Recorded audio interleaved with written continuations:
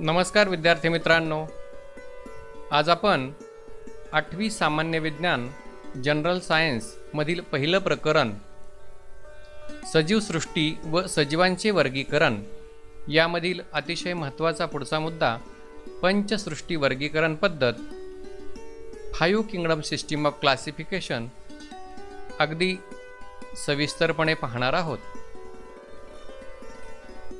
Robert Harding Whittaker in 1922-1980 was an American ecologist. In 1969, he divided living organisms into 5 groups. For this classification, Whittaker considered following criteria. Robert Harding Whittaker हे American ecologist होऊन गेले। त्यांनी इसवी सन 1969 मध्ये सजीवांची 5 गटात विभागणी केली। वर्गीकरणासाठी Whittaker यांनी पुढील निकष विचारात घेतले।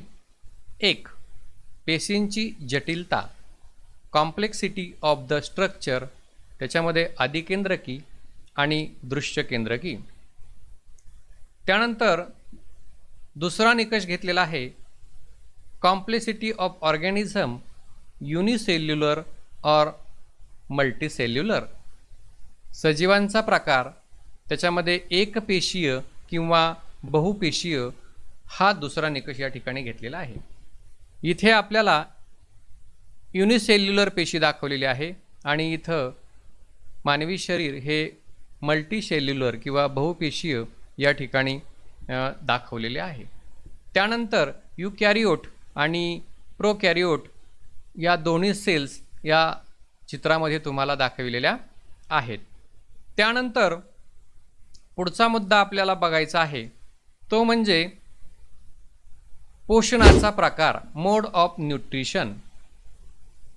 प्लांट्स ॲटोट्रॉपिक, फोटोसिंथेटिक, याच्यामध्ये वनस्पती स्वयंपोषी असतात आणि प्रकाश संश्लेषण करतात, तर कवके परपोषी असतात आणि मृतावशेषातून अन्न शोषण करतात, तर प्राणी या ठिकाणी कसे असतात, प्राणी सुद्धा परपोषी असतात।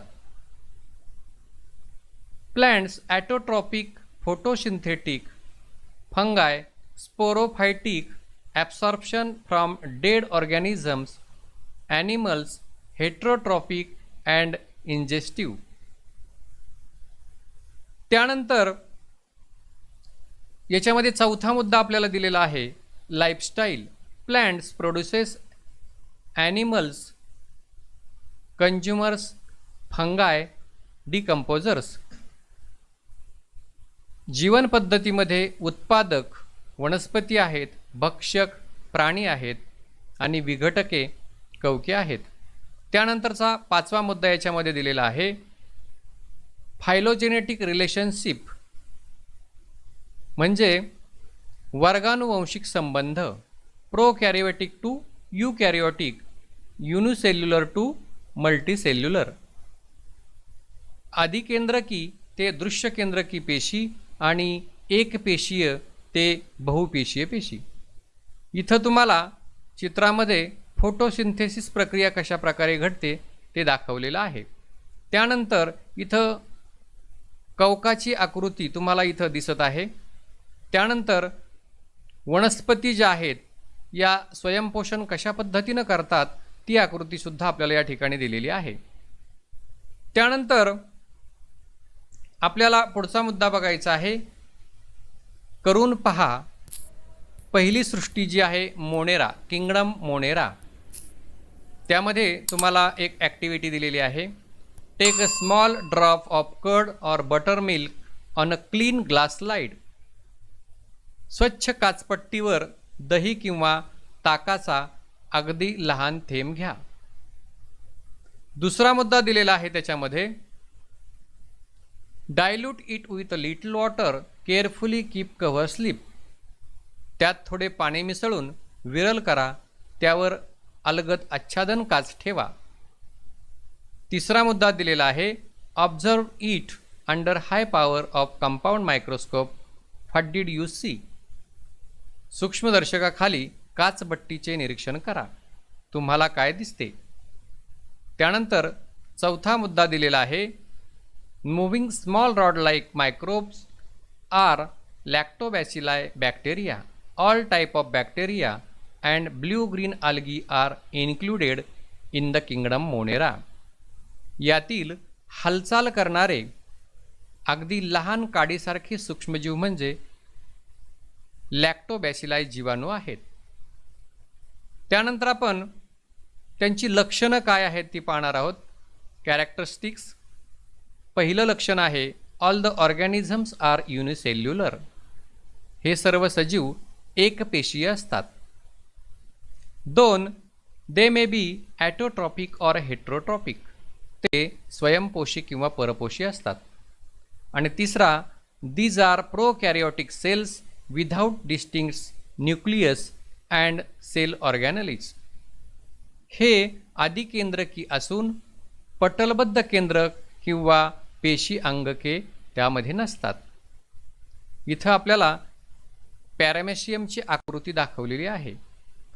सूक्ष्मदर्शकाखाली जर आपण या ठिकाणी ताकाचा किंवा दह्याचा जर थेंब घेतला आणि तो जर पाहिला तर अशा प्रकारचा सूक्ष्मजीव आपल्याला त्यामध्ये दिसतो. त्यानंतर सृष्टी 2 प्रोटिस्टा. त्याच्यासाठी सुद्धा आपल्याला एक कृती पाहायची आहे. Kingdom 2 protista. Activity prepare temporary mount of 1 drop of pond water on a glass slide. Observe it under low power and high power of microscope. एखाद्या डबक्यातील पाण्याचा थेंब काचपट्टीवर घेऊन सूक्ष्मदर्शकाखाली निरीक्षण करा. 2. You will find some motile microbes with irregular shapes. These are amoeba. काही अनियमित आकाराचे सूक्ष्मजीव हालचाल करताना दिसतील. हे सजीव अमिबा आहेत. त्यानंतर आपण त्यांची लक्षणं पाहणार आहोत. 1. Protista are single celled organism with well defined nucleus enclose in nuclear membrane. Protista सृष्टीतील सजीव एकपेशीय असून पेशीत पटलबद्ध केंद्रक असते. दे have pseudopodia or hair like cilia or whip like flagella for locomotion.